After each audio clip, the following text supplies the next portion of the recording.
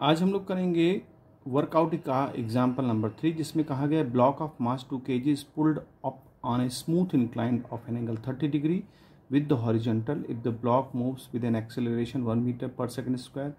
Find the power delivered by the pulling force at a time 4 seconds after the motion start.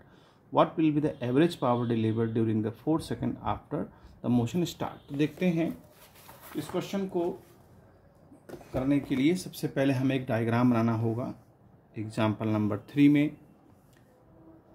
और यहाँ पर एक box है और इस बॉक्स को पुल करना है।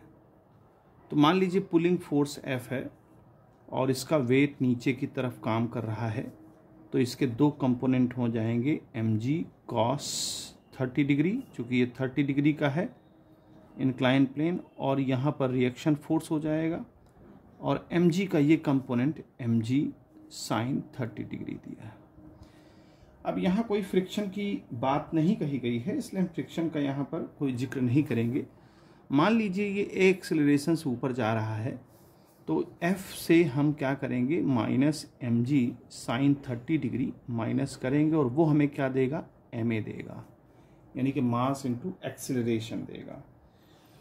तो यहाँ पर अगर हम F की वैल्यू फाइंड करना चाहें तो ma plus mg sine 30 degree का वैल्यू हो जाएगी 1/2। मास हमको दे रखा है क्वेश्चन में 2 kg, और एक्सेलरेशन भी दिया हुआ है 1 मीटर का, और g की वैल्यू हमें दे नहीं रखी है, तो हम इसको 9.8 ले लें या 10 ले लें, मान लीजिए 1/2, तो ये 2 से 2 कैंसिल हो जाएगा, तो ये आ जाएगा 12 न्यूटन के अबाउट। 9.8 भी ले सकते हैं, कोई प्रॉब्लम नहीं है।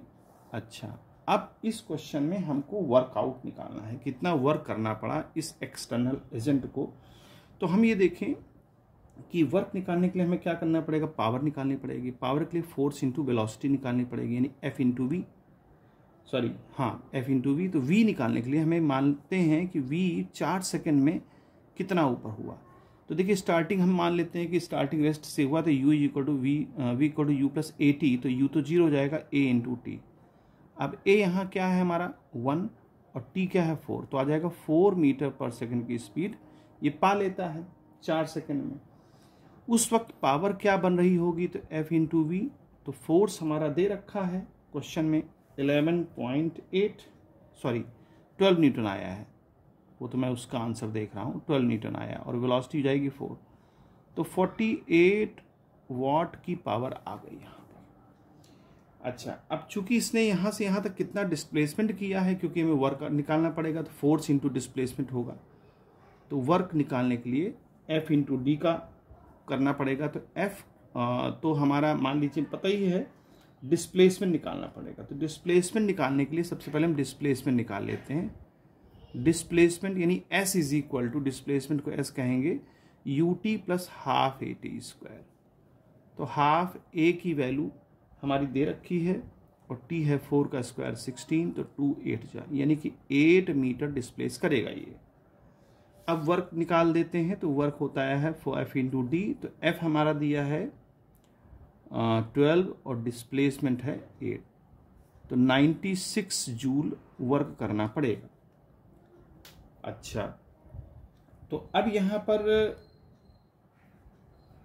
पावर वर्क हमको चूंकि एवरेज पावर निकालनी है, तो एवरेज पावर के लिए हम क्या करेंगे, W/T किया जाता है, यानी वर्क बाई टाइम।